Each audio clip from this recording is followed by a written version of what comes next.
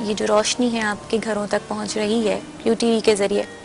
ہمارے پروگرام میں ایک کالر ہیں, کھاریاں سے ہیں, لبنہ نام ہے ان کا. السلام علیکم. وعلیکم السلام. نبیلہ, السلام علیکم. وعلیکم السلام. جی مجھے یہ ہیلو, کیا کہنا چاہیے نبیلہ, کہیے. مجھے یہ کوشچن پوچھنا تھا کہ اگر ہم کسی دوسرے کو کچھ پہننے ہوئے دیکھتے ہیں یا استعمال کرتے ہوئے کچھ چیز دیکھتے ہیں تو ہمارے دل میں ہوش پیدا ہوتی ہے کہ ہمارے پاس بھی ایسی چیز ہو, کیا یہ بھی حسد میں شمار ہوتا ہے؟ اور مجھے پلیز ایک اور کوشچن کا مطلب صرف خواہش, آپ صرف خواہش کی بات کر رہی ہیں یا دل میں کوئی خیال بھی آتا ہے کہ یہ چیز اس کے پاس نہ ہو صرف میرے پاس؟ نہیں, صرف خواہش کی بات کر رہی خواہش ہوں. کی بات کر رہی ہیں. اچھا, ایک اور کوشچن بھی تھا پلیز. جی جی. جی میں نے یہ پوچھنا تھا کہ اگر ہم کوئی خیال ہمارے دل میں آ رہا ہو جس سے حضرت صلی اللہ علیہ وسلم کی شان میں گستاخی ہو جائے, ہم ایسا کرنا نہیں چاہتے لیکن ہو جائے ہم سے, خیال آ جائے, تو کیا, ہاں جی, تو کیا ہم اسلام کے دائرے سے باہر ہوتے ہیں؟ اگر ہم ندامت بھی ہو, ہم شرمندہ بھی ہو, ہم معافی بھی مانگیں, تو کیا ہم اسلام کے دائرے سے بھی باہر ہو جائیں گے یا ہمیں کوئی معافی یا توبہ کی مل جائے گی ہمیں؟ اچھا, یہ بڑا نازک سا معاملہ ہے نبیلہ, اور ٹاپک جو ہے وہ حسد کے حوالے سے ہے. کوشش کریں گے کہ آپ کے سوال کا جواب ہم اس میں پروگرام میں شامل کریں, لیکن ہم ابھی فی الحال جو وقت ہے وہ کم ہے, اور ہم یہ چاہتے ہیں کہ جس ٹاپک پہ ہم بات کریں وہ لوگوں تک صحیح طریقے سے پہنچ جائے, اور ہمارا پیغام صحیح طریقے سے پہنچ جائے اس ٹاپک کے حوالے سے. آپ کا یہ سوال دیکھتے ہیں کہ کوشش کریں گے کہ اس کا جواب دیں.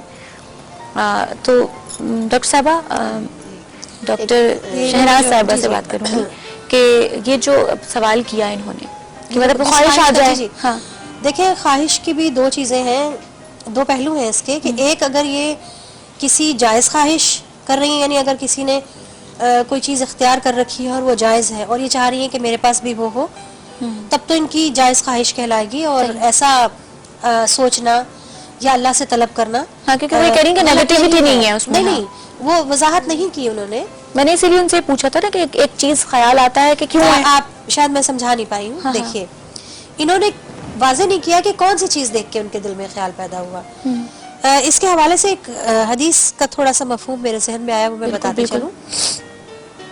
ایک شخص کسی تقریب میں جاتا ہے اور وہ اسراف کرتا ہے, بلکہ مثال ہے, سوری حدیث نہیں ہے بلکہ اس کی مثال کے طور پہ, کہ ایک شخص کسی تقریب میں جاتا ہے اور وہاں دیکھتا ہے کہ انہوں نے بہت اچھا انتظام کیا ہے, بہت ساری کھانے کی ڈشز ہیں اور بڑا بہترین انتظام ہے. بالکل, حالانکہ وہ اسراف کے زمرے میں آتا ہے, لیکن وہ یہ شخص سوچتا ہے کہ میرے پاس اگر ایسا ہوتا تو میں اس سے بڑھ کے کرتا. یہ بھی تو ایک خواہش ہے نا, بالکل, کہ میں اس نے 5 ڈشز رکھی ہیں تو میں 6 رکھوں, 8 رکھوں, وغیرہ وغیرہ.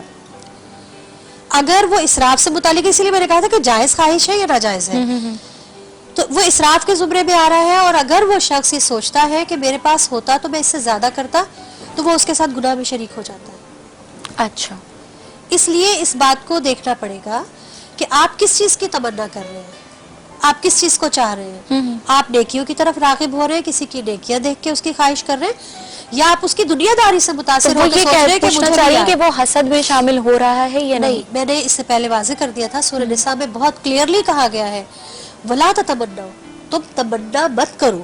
کس چیز کی؟ جو ہم نے دنیاوی طور پہ لوگوں کو عطا کر رکھا ہے اس کی تمنا مت کرو. یہ واضح کر دیا, جو تمہیں دیا اس پہ شکر ادا کرو بس.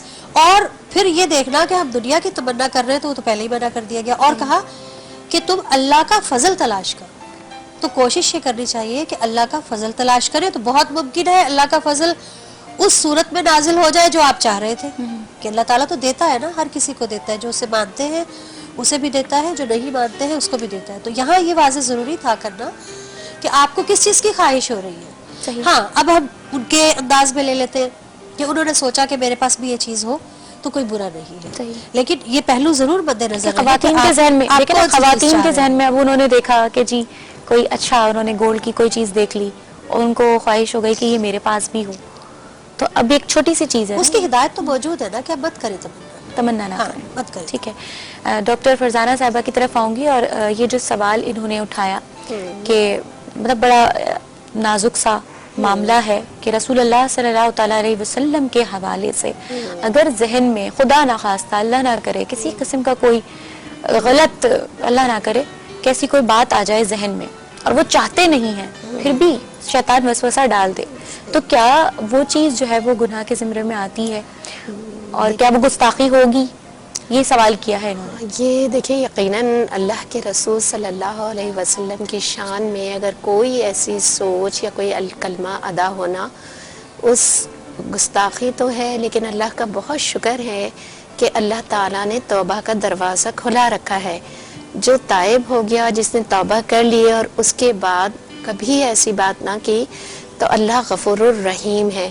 انشاءاللہ تعالیٰ اللہ تعالیٰ ضرور درگزر کرے گا اور معاف کرے گا. دیکھیں یہ انہوں نے اللہ کا یہ وعدہ سوال ہے. کیا ہے کہ اگر ذہن میں خیال آ جائے، ہاں وہی ٹھیک ہے، اور انہوں نے منہ سے نہیں نکالا نہیں تو تب بھی وہ اس کے لیے ہاں، کیا کیا جائے؟ بس اللہ سے توبہ اور استغفار کرے کہ شیطان نے میرے دل میں یہ خیال ڈالا ہے، اللہ تعالیٰ مجھے شیطان کے شر اور وسوسوں سے، یہی وسوسے ہوتے ہیں نا جو دلوں میں ڈالے جاتے ہیں شیطان کی جانب سے، تو انہی سے پناہ مانگنے کو کہا گیا ہے. اور اگر اس وسوسے کے بعد ان کے ذہن میں یہ خیال آ گیا تو یہ اللہ کا بڑا شکر اور احسان ہے کہ اللہ تعالیٰ نے انہیں راہ راست دکھا دی اور انہوں نے اس بات کو محسوس کر لیا. کیا ہے. یہ شیطان کا وسوسہ ہے اور یقیناً اللہ تعالیٰ دلوں کا حال جاننے والا ہے اور اس نے توبہ کا دروازہ کھلا رکھا ہے. انشاءاللہ. ڈاکٹر صاحب آپ بھی بتائیے اس حوالے سے. ایک اور اس میں پہلو شامل ہے. سورہ حجرات میں آتا ہے وَأَن تَحْبَطَ أَعْمَالُكُمْ وَأَنْتُمْ لَا تَشْعُرُونَ. رسول اللہ صلی اللہ علیہ وسلم ہی کے بارے میں ہے. صحیح. ہمیں محتاط بھی رہنا ہے، اتنا محتاط رہنا ہے کہ ہمارے ذہن میں کبھی خیال بھی نہ آئے. بالکل. کیونکہ اللہ تعالیٰ نے کہا کہ تمہارے اعمال ضائع ہو جائیں گے اور تم اس کا شعور بھی نہیں رکھتے ہوگے. توبہ اپنی جگہ ہے، استغفار اپنی جگہ ہے، لیکن یہاں جس ہستی کی بات ہو رہی ہے وہاں پہ ہمیں حد درجہ محتاط رہنا ہے. یہی اسلامی تعلیمات ہے. بالکل. کہ دیکھیے اقرا سے تو آغاز ہو گیا کہ پڑھ علم کا، لیکن اس کے ساتھ ساتھ پھر اللہ تعالیٰ نے تربیت بھی کی. کہا تمہاری آواز بلند نہ ہونے پائے، سورہ حجرات. پھر کہا کہ تمہارے فیصلے جو ہیں وہ رسول اللہ کے فیصلے پر مقدم نہیں ہونے چاہیے.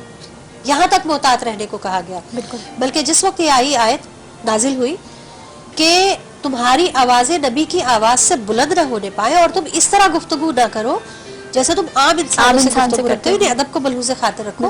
اسی لیے کہا گیا کہ تمہارے اعمال ضائع ہو جائیں گے، تمہیں اس کا شعور تک نہیں ہوگا. تو یہ محتاط احتیاط کے تقاضے بھی ہیں کہ آپ کی ہستی کی طرف ہمیں بہت محتاط رہنا. ہمیں ذہن میں اگر اس طرح کے کوئی خیالات آتے ہیں تو ہمیں کوشش کرنی چاہیے کہ ایک تو لا حول ولا قوت الا باللہ العلی العظیم مستقل ادا کرتے رہیں اپنی زبانوں سے. اس کے علاوہ استغفار کی بھی ضرورت ہے اور سب سے زیادہ حضور کی محبت کی ضرورت ہے، اور وہ آتا ہے درود شریف کے ذریعے، درود پاک کے ورد کے ذریعے. تو حضور کی بارگاہ میں درود و سلام مستقل بھیجتے رہا کیجئے تاکہ شیطان آپ کو تنگ ہی نہ کر سکے.